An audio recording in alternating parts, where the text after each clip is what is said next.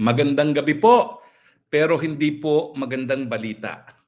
Napag-alaman po namin sa ating mga bubuwit at sa ating crystal ball na sususpindihin daw po ang ating Mayor Baste Duterte. Uulitin ko po, hindi po ito haka-haka, ito po ay katotohanan. Sususpindihin na raw po ang Mayor Baste Duterte at i-issue ang suspension order matapos ang araw na ito kung saan nagtungo po sa Davao si PBBM. Sususpindihin po nila ang ating Mayor Baste Duterte. Siguro naman hindi nyo na dapat tanungin kung bakit. Unang nasuspinde ang gobernador ng Davao del Norte dahil sa maisog.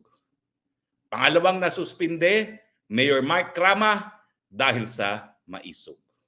At ngayon naman, siyempre dahil rockstar ang Mayor Baste Duterte sa lahat ng maisog rally at siya po talaga ay mainstay ng maisog rallies, si Mayor Baste Duterte ang isususpinde. Hindi lang po yan dahil sa maisog. Yan po yung mensahe sa lahat ng mga tagasunod ng mga Duterte. Tapos na ang inyong termino, suspendido na kayo, kami na ngayon ang naghahari sa bansang ito. Wala man kayong masamang gagawin dahil kami na ngayon ang naghaharing uri sa bansang ito, lahat ng kalaban, suspendido.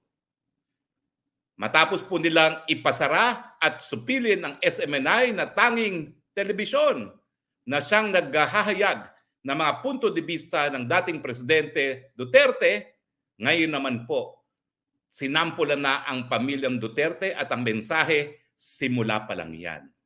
Susunod na dyan ang pagpapakulong kay PRRD at siyempre dahil hinabol nila si VP Sara, ang pagpapakulong kay VP Sara para sa ganon, habang silang dalawa ay nakakulong sa dahig, pwede nang ma-impeach ang Inday Sara at palitan.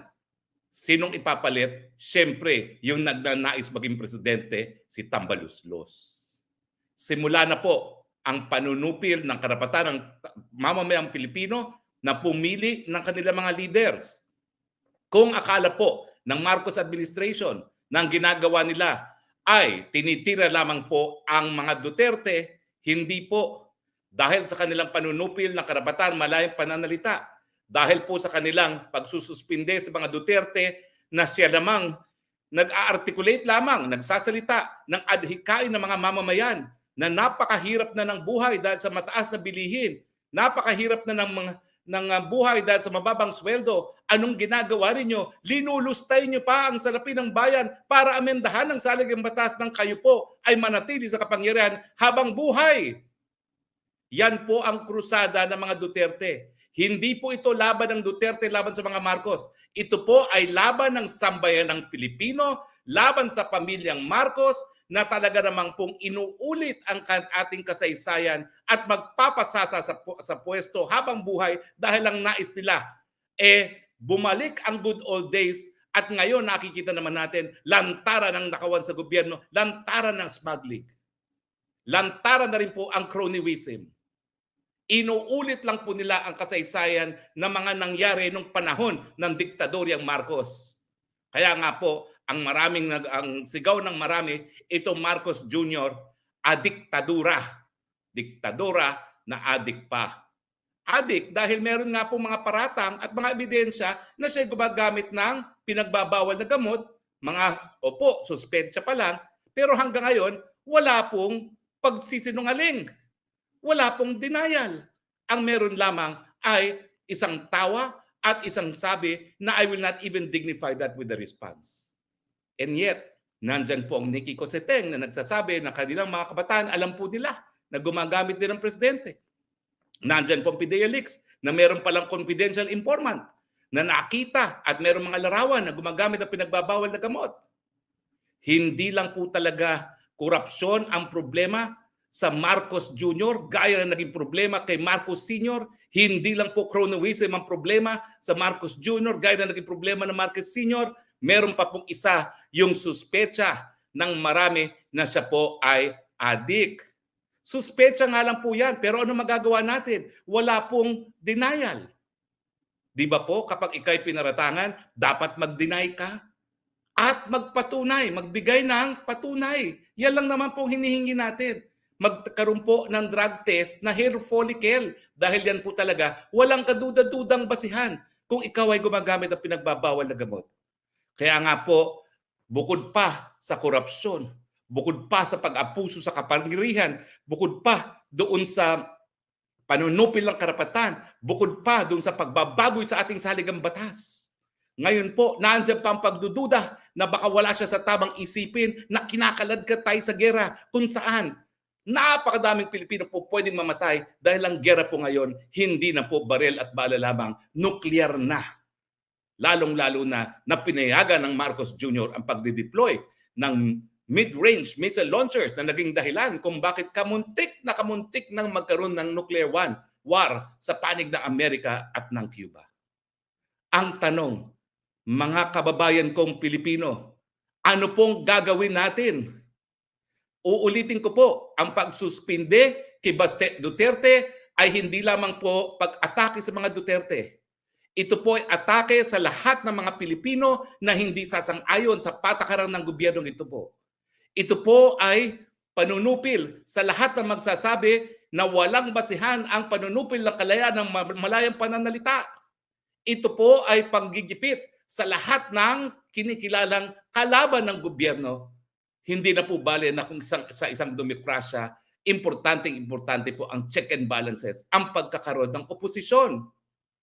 Hindi po sila papayag na hindi lahat ay kumakanta ng ang bagong lipunan at ngayon po ang bagong Pilipinas. Bagamat anong bagong Pilipinas? All-time high ang presyo ng bigas. All-time high ang bagsak ng peso. All-time high din ang inflation. Bagamat yan po ay puro problema, ang nais nila, walang pupula.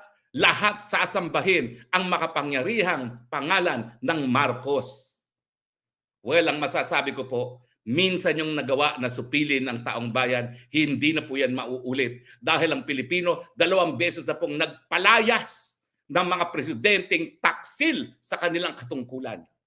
At makakatikim po kayo ng hagupit ng taong bayan dahil hindi na po papayag na masupil muli ang karapatan ng taong bayan, hindi na po mapapayag ang taong bayan na mabaliwala ang soberenya na nakasalalay po sa kamay ng taong bayan at magdidesisyon po sila para kayo po ay gaya ng nangyari sa inyong ama, paalisin sa inyong pwesto at sabi ng Korte Suprema po, kapag ang taong bayan na naghusga na palayasin sa pwesto ang mga taksil sa kanilang sinupuang katungkulan ng mga presidente, yan po ay konstitusyonal.